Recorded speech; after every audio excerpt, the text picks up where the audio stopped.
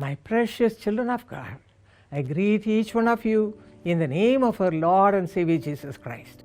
परमेश्वर की बहुमूल्य संतानों, यीशु के नाम में मैं आप सबको अभिवादन करती हूँ। Today, the promise verse taken from the Bible is from Psalm 146 verse 7.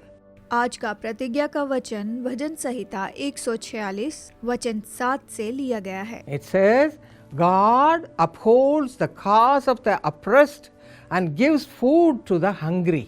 ये कहता है, परमेश्वर पिसे हुओं का न्याय चुकाता है और भूखों को रोटी देता है, यहोवा बंदियों को छुड़ाता है।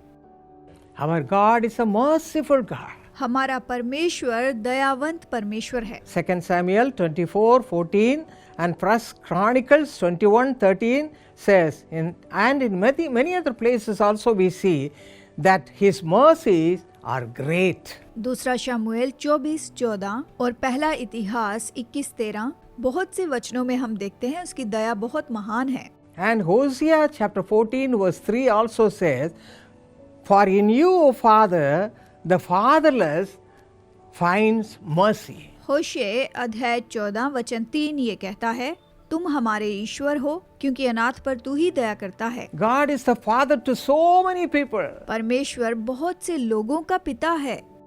My father loved me very much. मेरे पिता मुझसे बहुत प्यार करते थे।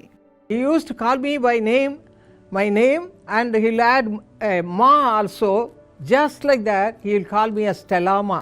वो हमेशा जब भी मेरा नाम पुकारते थे और उसके साथ में मुझे माँ भी कहते थे, स्टेला माँ कहते थे। But when I lost him, I felt so unhappy. लेकिन जब मैंने उन्हें खो दिया तो मैं बहुत दुख में थी।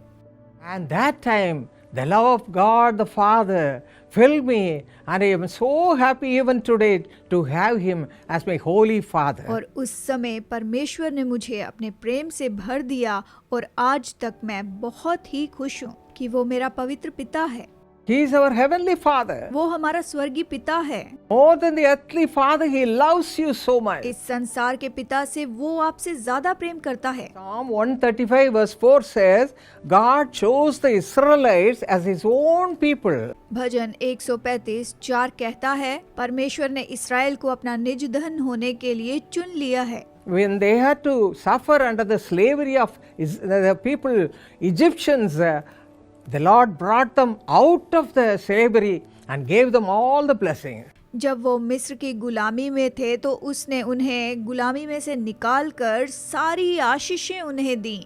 When they had no food, he supplied manna from heaven. जब उनके पास भोजन नहीं था तो स्वर्ग से उसने मन्ना बरसाई। And he gave them water. उसने उन्हें पानी दिया। Just like that, he is our heavenly Father.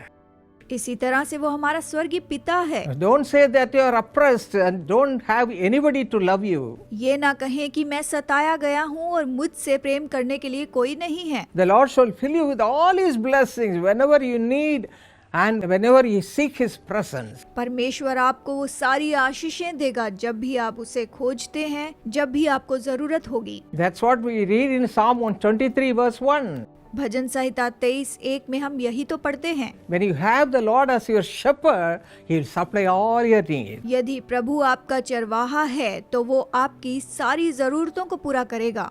Psalm 140 verse 12 says, भजन 140 वचन 12 कहता है, The Lord will maintain the cause of the afflicted and justice for the poor. हे यहोवा, मुझे निश्चय है कि तू दीन जन का और दरिद्रों का न्याय चुकाएगा। Let us pray and take this God as our heavenly Father. आइए प्रार्थना करके इस स्वर्गीय परमेश्वर को अपना पिता बनाएं। He will supply all your needs in a beautiful way. वो सुंदर तरीके से आपकी सारी जरूरत पूरी करेगा। Shall we pray? आइए प्रार्थना करें। Father, I give all these thy children to your presence, to your feet, Master. प्रभु, मैं इन सारी संतानों को तेरे चरणों में तेरी उपस्थिति में लाती हूँ। Bless them, Lord. इन्हें आशीष दे प्रभु। Let them take you as their own Father, heavenly Father. तो इनका अपना पिता, अपना स्वर्गीय पिता हो। Supply all their needs in a beautiful way, for Father. सुंदर तरीके से इनकी जरूरतों को पूरा कर पिता। Take away all the problems they are facing. जिन समस्याओं का ये सामना कर रहे हैं उन्हें दूर कर Be them as a Father. और इनका पिता बन जा। Father, let them be blessed abundantly. पिता, ये बहुतायत से आशीष पाएं। In Jesus' name we Yeshu pray. के नाम में मांगते हैं, Amen. आमीन।